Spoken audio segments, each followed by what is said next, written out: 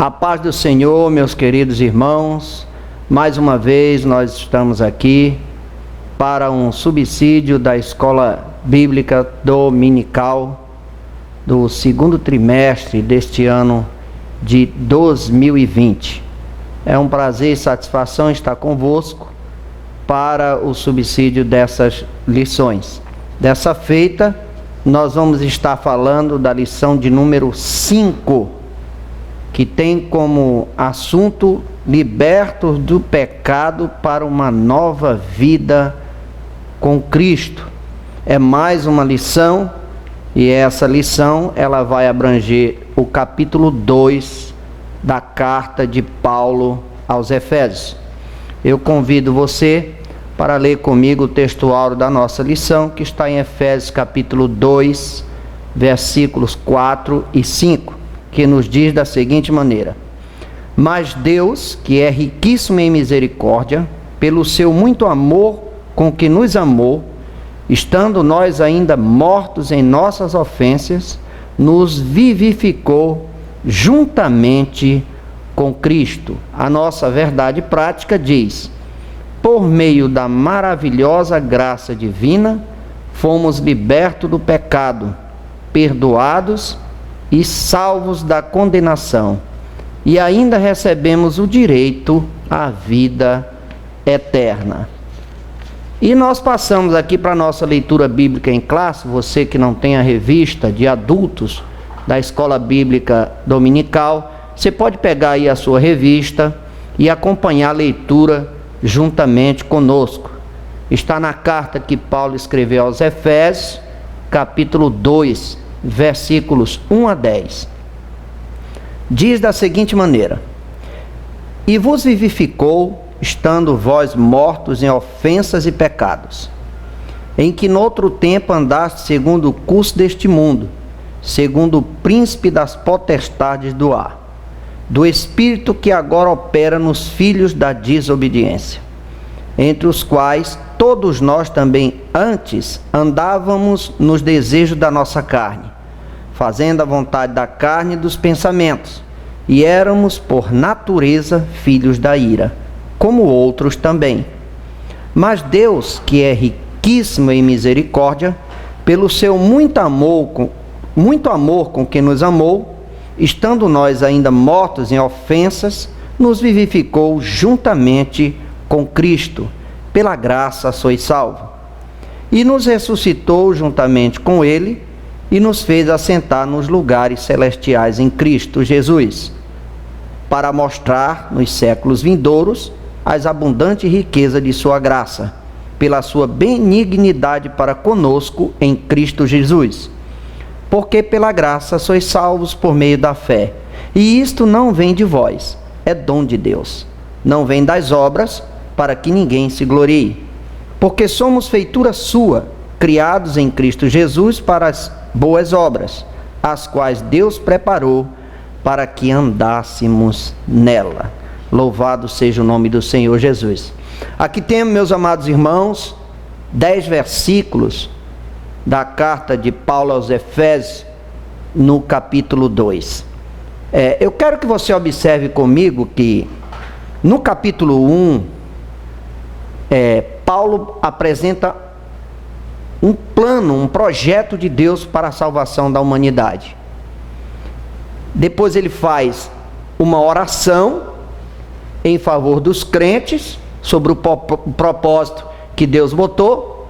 E agora nós observamos aqui no capítulo 2 que Paulo apresenta a execução desse projeto que Deus fez na nossa vida. No capítulo 1, ele apresenta o projeto, ele mostra quem faz parte desse projeto, ele fala dos eleitos para esse projeto, e no capítulo 2 ele inicia aqui com a execução desse projeto de salvação. Ele mostra aqui nos versículos 1, 2 e 3, 3 inimigos da nossa alma. Se você observar comigo, em esses versículos de 1 a 10, nós vamos ver aqui 4 verdades que existem nesses 10 versículos. Essas 4 verdades nós precisamos analisá-las, porque elas são evidentes nesse versículo. A primeira verdade é que o pecado trabalha contra nós. Essa é a primeira verdade. E ela está aqui nos versículos 1, 2 e 3. Quando ele mostra 3 inimigos da nossa alma. Primeiro ele mostra aqui o mundo, depois ele mostra aqui os desejos da carne e ele mostra o inimigo de nossas almas, Satanás. Então nós temos esses 3 inimigos que batalham dia e noite para nos derrubar, para nos tirar do caminho da salvação, para nos tirar da trajetória que Deus colocou em nossas vidas. A carne, o mundo e o inimigo. Então, o pecado, esse pecado, ele trabalha contra nós. Depois nós observamos aqui no versículo 4 em diante, mais 3 verdades contidas nesses versículos. No versículo 4 e 5, nós vamos perceber que, mesmo os inimigos, 3 inimigos estando contra nós, Deus ele trabalha a nosso favor. Ele diz aqui no versículo 4, mas Deus que é riquíssimo em misericórdia pelo seu muito amor que nos amou. O amor imenso de Deus. Depois no versículo 5 ele diz, estando nós ainda mortos em nossas ofensas, nos vivificou juntamente com Cristo. E ele completa, pela graça sois salvos. Então essa verdade contida nestes 2 versículos é que mesmo a carne, o mundo e o inimigo estando contra nós, nós temos alguém que é por nós. E Deus, ele é por nós. E se Deus é por nós, quem será contra nós, né? E a outra verdade que está ao nosso favor é que Deus, além dele ser por nós, ele trabalha em nós, na nossa vida, no nosso ser. Olha o que diz o versículo 6. E nos ressuscitou juntamente com ele e nos fez assentar nos lugares celestiais em Cristo Jesus. Depois de Deus trabalhar a nosso favor por nós, ele trabalha dentro de nós, vivificando, porque nós estávamos mortos em delitos e pecado. Veja como é o plano de Deus em nossa vida, né? A outra verdade, ela está do versículo 10, que é o último versículo da nossa leitura bíblica em classe. Ela diz, porque somos feituras suas, criados em Cristo Jesus, para as boas obras, as quais Deus preparou para que andássemos nela. Então, Deus age por nós, Deus age em nós, e agora nós vamos ver aqui que Deus quer agir através de nós. Ele quer nos usar para fazer a sua obra, para que nós possamos andar em boas obras, andar nela todo o tempo. Então veja que mesmo temos 3 inimigos, mas tem mais 3 verdades contidas nesse versículo. Não se preocupe, porque Deus é por nós, Deus está em nós e Deus trabalha para que nós possamos fazer a sua obra. Ele trabalha em nós e ele faz nós trabalharmos na sua obra, contida nesse versículo, uma verdade bíblica para nós. Observamos também que Paulo aqui, ele está falando de 2 grupos. Ele está falando aqui dos grupos que vivem na carne e do grupo que vive em espírito. Então hoje, como tem crente carnal, mas também tem crente espiritual. E nós devemos seguir o exemplo de crentes espiritual e não crente carnal. E Paulo, ele está falando desses 2 grupos. Então, com essa introdução aqui, eu quero convidar você para nós irmos para o primeiro tópico que está na nossa revista, né? A antiga natureza morta em ofensas e pecados. O subtópico número 1 diz, nossa condição anterior. Veja bem que antes de nós conhecermos a Cristo como Salvador, nós vivíamos mortos em delitos e pecado. Então, Paulo está mostrando a nossa condição anterior, para depois mostrar como Deus age em nossa vida. Ele diz aqui, e vos vivificou estando mortos em ofensas e pecado.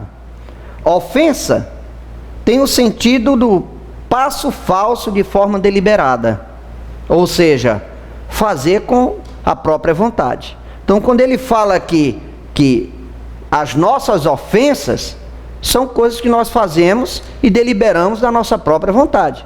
Não é sendo enganado, é fazendo porque sabemos que estamos errados. Então ele diz, isso é um passo falso que o crente dá. Aí ele diz, o termo para pecado é hamartia, o qual descreve como aquele que erra o alvo. Então veja bem que nós temos o alvo, nosso alvo é Cristo. E quando nós erramos esse alvo, nós erramos de forma deliberada. Nós sabemos o caminho que temos que percorrer. E muitas das vezes fazemos questão de não andar nesse caminho. É quando nós erramos o nosso alvo. Aí Paulo está dizendo aqui que a condição anterior era essa. Sabíamos que existia um Cristo, sabíamos que existia um Deus, mas não fazíamos questão de nos aproximar dele. Era a nossa condição anterior. No subtópico de número 2, ele fala das nossas ofensas e do nosso pecado. Ele diz, a má conduta em que noutro tempo andaste é descrita por Paulo por meio da metáfora do ato de andar. Refere-se às atitudes erradas adotadas na vida passada do salvo antes da regeneração. Ora, pastor, como eu posso ser salvo antes de ser regenerado? Você observa que na lição passada nós falamos dos eleitos para ser salvo. Então, quando Paulo está falando aqui do salvo, ele está falando do eleito, do escolhido para ser salvo. Antes da regeneração, quando você entra no barco para você alcançar o seu objetivo. Então você foi escolhido, você tem a passagem na sua mão para entrar nesse barco e ir até o seu destino. Então Paulo está dizendo que mesmo com aqueles erros que nós cometemos ou que ainda cometemos, mesmo assim a passagem ainda está em nossas mãos. Nós precisamos entrar no barco para seguir a viagem. Ele diz aqui, andaste segundo o curso deste mundo. Olha o inimigo que eu falei anteriormente. O mundo é o nosso inimigo. E ele está afirmando aqui que nós andávamos segundo o curso deste mundo. Então, esse inimigo dominava a nossa vida. Ele continua. E ele diz, ele cita o que a gente fazia. Olha, a imoralidade, o furto e a mentira. Ele dá 3 exemplos que o mundo influenciava em nós antes de nos regenerarmos, antes de nos ressuscitarmos com Cristo. Mas agora você ressuscitou com Cristo. O mundo não deve mais andar em você. A imoralidade, o furto e a mentira não deve mais viver na sua vida e nem nenhum de nós que somos predestinados para a salvação. Louvado seja o nome do Senhor para sempre. Ele continua aqui. Andaste segundo o príncipe da potestade do ar. Quem é o príncipe da potestade do ar? Satanás, o segundo inimigo que está no início do capítulo 2. Veja bem, nós falamos do mundo, que é um inimigo, e agora está aqui o comentarista falando do segundo inimigo, que é o diabo, o inimigo de nossas almas. Ele continua dizendo, os agentes malignos têm a capacidade de influenciar os homens desobedientes e incrédulos.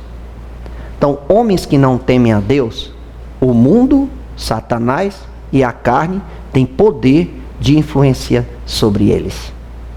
É por isso que nós devemos andar em novidade de vida, vivificado com Cristo, é o que diz o apóstolo Paulo aos Efésios, e também está falando para mim, está falando para você também. Então, com esse, você observa que esse pecado trabalhava em nós, influenciado pelo mundo, pelo diabo e pela carne. São os meios que o pecado chega até nós. Quando Paulo diz assim, olha, resiste o diabo, que ele vai fugir de vós. Essa recomendação bíblica, ela é verdadeira. Porque o diabo é um dos nossos inimigos. Mas nós ainda temos o privilégio que Deus nos deu de resistir a ele. E ele foge de nós. O mundo também não se torna muito difícil. Podemos nos isolar das coisas do mundo. Podemos escolher se fazemos ou não fazemos as coisas do mundo. Mas a carne, ela habita em nós. A carne, ela vive conosco. E eu sou ousado em dizer que é o nosso maior inimigo. Porque nós não podemos nos afastar dela. Ela está conosco. E essa ação é diária em nossa vida. Nós precisamos ser vivificados pelo Espírito Santo de Deus para mortificar as obras da carne. Louvado seja o nome do Senhor Jesus. Ele continua ainda aqui. Andávamos fazendo a vontade da carne e dos pensamentos. Ele está falando do terceiro inimigo, ao qual eu acabei de falar, a carne. E nós andávamos segundo a vontade da carne. Aquilo que dava para fazer, fazia. A vontade dos pensamentos. Aquilo que eu pensava, fazia. E você observa comigo que essas coisas levam o crente à perdição. Quando andamos segundo a vontade da carne e dos nossos pensamentos, praticamos muitas coisas erradas. Nós precisamos ter a mente de Cristo. Cristo precisa habitar em nós, o Espírito Santo nos conduzir todos os dias de nossa vida, para que nós não caiamos nessa cilada do diabo de andar segundo o curso da carne. Olha, Paulo sublinha que essa era a nossa condição anterior. Se você pegar o capítulo 4, versículo 18, você vai ler e vai compreender isso aí. Porque Paulo está dizendo que nós andávamos dessa maneira. Mas hoje somos novas criaturas. Não andamos mais daquela maneira. O que é que Paulo está dizendo? Se você é nova criatura, por favor, não deixe que a velha natureza venha influenciar a tua vida. Porque você vive agora em novidade de vida. Então a velha natureza, os pensamentos antigos, não devem influenciar a tua vida espiritual. E seguindo assim, você vai ter direito à salvação. Louvado seja o nome do Senhor. O tópico 2, ele vai falar da vivificação pela graça. É onde entra a graça em ação. Aí começa Deus a agir em nosso favor. Veja bem, no subtópico de número 1, diz: alcançados pela misericórdia e pelo amor divino. Começa a entrar a ação de Deus por nós. O amor com que Ele nos amou foi tão grande que Ele deu o seu único filho para morrer por nós. E você vê que João fala lá em 3,16, né? Que Deus nos amou de uma maneira tão imensa que Ele deu o seu único filho para que pudesse morrer e assim nós formos vivificados com Ele. Então, entenda que essa mensagem do apóstolo Paulo, para mim e para você, como ele escreveu aos Efésios, mas que hoje reflete para nós, Paulo está dizendo que pela misericórdia de Deus, nós alcançamos essa graça divina. É pela graça que a coisa acontece. E ele diz aqui: por constatar a situação da humanidade sobre a ira de Deus, Paulo passa a descrever os atos divinos de amor e de misericórdia que alteraram o quadro caótico da raça humana. Se você ler Romanos capítulo 7, você vai entender que Paulo, ele passou por essa experiência. Ele entrou no laboratório de Deus. E lá ele vai dizer assim, capítulo 7 de Romanos: miserável homem que sou, quando eu quero fazer o bem, o mal está comigo. Quando eu penso que fiz o bem, fiz o mal. E ele completa dizendo: miserável homem que sou, quem me livrará do corpo dessa morte? Aí ele completa com a graça e a misericórdia de Deus, dizendo: mas graças a Deus pelo seu Filho amado Jesus Cristo. Então, meu amado irmão, minha amada irmã, a misericórdia de Deus nos alcançou. A graça de Deus nos alcançou. Foi uma coisa especial do plano de Deus para a salvação que tem chegado até nós, que tem chegado até mim, que tem chegado até você. Bendito seja o nome dele para sempre. Continuamos. A carta aos Efésios ensina que ao prover à humanidade um meio de escape da merecida ira, Deus não se mostra apenas misericordioso, mas abundante em misericórdia. Ele continua com a sua infinita misericórdia. Por isso que quando um dos apóstolos chegaram a Jesus e disseram: mestre, quantas vezes eu devo perdoar o meu próximo? 7? Ele disse: não te digo que 7, 70 vezes 7. Então veja a abundante misericórdia de Deus em nossa vida. Devemos amar mais a Deus ainda do que já amamos, porque a sua graça e a sua misericórdia têm nos alcançado. Subtópico de número 2, ele diz: vivificados na sua graça. Veja bem, depois de alcançado, precisamos ser vivificados. Por quê? Porque estávamos mortos em delitos e pecados, e precisava de uma vivificação. Aí, Jesus entra em ação. Veja bem, descrevendo a dádiva divinamente concedida aos salvos, o apóstolo enfatiza que o amor de Deus nos alcançou, estando nós ainda mortos em nossas ofensas. Nos vivificou juntamente com Cristo. Essa frase quer dizer que nascemos de novo. Então, quando Cristo entra em ação, nós somos vivificados com Ele, para participarmos desta bênção gloriosa que é a bênção da salvação. Louvado seja o nome do Senhor Jesus. E o terceiro subtópico, ele diz: exaltados por sua graça. Olha, que plano maravilhoso esse de Deus. Primeiro, nos alcança. Segundo, nos vivifica. E depois, nos exalta. Então, pega Deus uma pessoa que não era merecedora de nada, alcança essa pessoa, traz ela até seu filho, vivifica no seu filho, e agora ele quer apresentar, e agora ele quer exaltar essa pessoa que foi alcançado pela graça e a misericórdia dele. O subtópico de número 3, exaltados por sua graça. Observe que a palavra juntamente indica que Deus concede ao homem o mesmo benefício alcançado por Cristo: a ressurreição, a vida eterna e o galardão nos céus. Então, todos os propósitos de Deus para com o Filho, nós também temos direitos a essa participação. Por quê? Nas lições passadas, nós observamos que nós fomos adotados. E quem é adotado legitimamente tem os mesmos direitos de filho. E aqui Paulo completa que os benefícios alcançados pelo Filho também são os benefícios que nós alcançaremos. Louvado seja o nome do Senhor. Desse modo, ratificamos que a salvação e seus privilégios são conferidos pela imensurável graça de Deus, que é o favor imerecido. Então, veja bem, fomos vivificados pela graça do Senhor Jesus. Aleluia.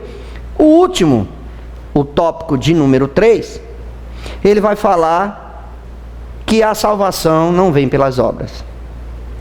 Paulo está dizendo aqui que mesmo vivificado, que mesmo alcançado pela graça, não é pelas obras que nós vamos ser salvos. Não. Veja bem que quando Deus fala com aquele homem chamado Cornélio, era um homem temente a Deus, com toda a sua casa, dava esmola aos pobres, mas no entanto isso aí não deu direito à salvação. Ele teve que ouvir a mensagem da salvação, ele teve que aceitar Cristo como Salvador. Então, não é só pelas obras. Ele diz aqui, em Efésios 2, versículo 8 a 10, Paulo revela que a salvação não depende de obras humanas, porque pela graça sois salvo por meio da fé. Versículo 8. Porém, uma vez salvo, o crente deve praticar as boas obras. Veja bem, a tua fé te leva até Cristo, você aceita Jesus Cristo como Salvador, aí então você vai começar a praticar as boas obras, que ela vem acompanhada com a tua fé. Ele continua aqui, o subtópico de número 1, diz o seguinte: graça como meio de salvação. A palavra graça é a tradução do grego charis, que significa favor imerecido. Ela mostra a iniciativa para tornar possível a salvação. Ela veio da parte de Deus e é por meio da graça que Deus ativa o livre-arbítrio e capacita o pecador para que responda. Responda o quê? Com fé, aquele chamado ao Evangelho. No subtópico de número 2, ele diz as obras como evidência da salvação. Aí você começa a praticar boas obras, evidenciando que você é um crente salvo. Ele diz aqui Paulo usa duas negações para endossar a origem da salvação. A primeira expressão é: isso não vem de Deus. E a segunda, não vem das obras. Então, as indicações de Paulo não vêm de Deus e não vêm das obras. E ele conclui aqui dizendo: Antes o apóstolo usou a metáfora do andar numa perspectiva negativa. Outrora andavam fazendo as obras más. Agora, por meio de uma perspectiva positiva, somos instados a andar fazendo boas obras. Então, irmão, as obras más que você fazia não pode ser praticada agora. Agora tem que ser praticada as boas obras. Então, que Deus abençoe a tua vida, que você possa ter uma ótima lição com seus alunos, pela graça e a misericórdia de Deus. Muito obrigado e até a próxima aula, em nome de Jesus.